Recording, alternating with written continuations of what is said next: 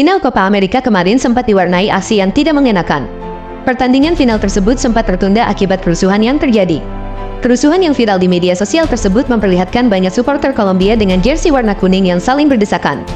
Tak jarang pula terdengar suara teriakan dan tangisan dari anak-anak kecil serta para perempuan yang histeris, dan parahnya lagi, bukan hanya teriakan dan tangisan, ada juga beberapa yang sempat terlihat terluka dan membutuhkan medis.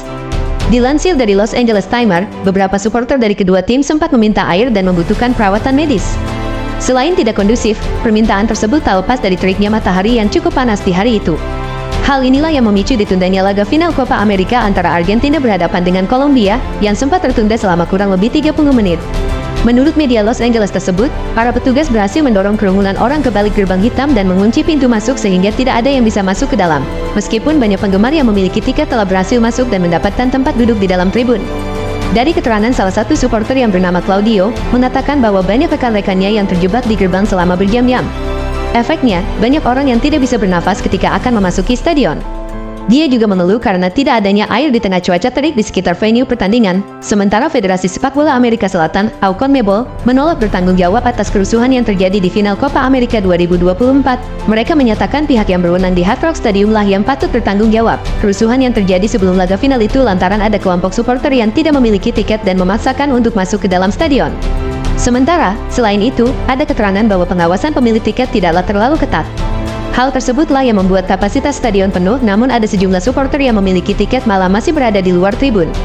Hal itu yang membuat memicu kerusuhan ketika sejumlah supporter murka dan melakukan segala cara untuk bisa masuk ke stadion. CONMEBOL bahkan menyatakan telah memberikan tata cara penerapan peraturan untuk pelaksanaan pertandingan, namun hal tersebut tidak dilaksanakan oleh pihak berwenang. Berwujud dalam situasi ini, CONMEBOL tunduk pada keputusan yang dibuat otoritas yang berwenang di Stadion Hard Rock, sesuai dengan tanggung jawab kontrak yang telah ditetapkan untuk operasi keamanan. Selain ketentuan yang telah ditetapkan dalam kontrak, CONMEBOL juga memberikan rekomendasi kepada pihak berwenang terkait prosedur yang telah teruji dalam ajang sebesar ini yang ternyata tidak diperhitungkan. CONMEBOL pun lalu menyatakan simpati terhadap tindak kekerasan yang terjadi dalam insiden sebelum laga final tersebut. Kami menyelesaikan tindak kekerasan yang dilakukan orang-orang yang ikut mencoreng laga final yang seharusnya bisa jadi ajang besar.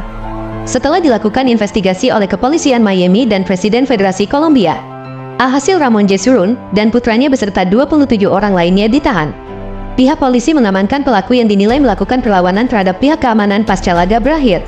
Kejadian ini otomatis mengancam posisi Amerika Serikat sebagai tuan rumah Piala Dunia 2026 mendatang. Bersama Meksiko dan Kanada, AS telah ditunjuk untuk menjadi lokasi pagelaran dunia 4 tahunan tersebut. Di laga sebelumnya, tepatnya pada laga semifinal antara timnas Uruguay melawan Kolombia, terjadi juga keributan antar supporter Kolombia dan para pemain Uruguay. Tawuran tersebut pecah antara para pemain Uruguay, termasuk Darwin Núñez dan bek asal Barcelona, Ronald Araujo, dengan beberapa supporter dari timnas Kolombia. Dari video yang beredar, Darwin meladeni satu persatu perkelahian dengan fans Kolombia, meski pada akhirnya penyerang timnas Uruguay tersebut sempat terkena bogem mentah dari salah satu supporter Kolombia. Pada awalnya, tidak jelas apa yang memicu tawuran tersebut, namun bek Uruguay yaitu Jose Maria Giménez mengungkapkan dari sisi lain soal tragedi tersebut. Giménez menyalahkan sejumlah supporter yang menenggak minuman keras secara berlebihan sehingga memicu keributan dengan para pemain Uruguay setelah pertandingan semifinal itu berlangsung. Giménez pun juga menjelaskan bahwa tidak adanya petugas keamanan ketika kejadian tersebut sedang berlangsung.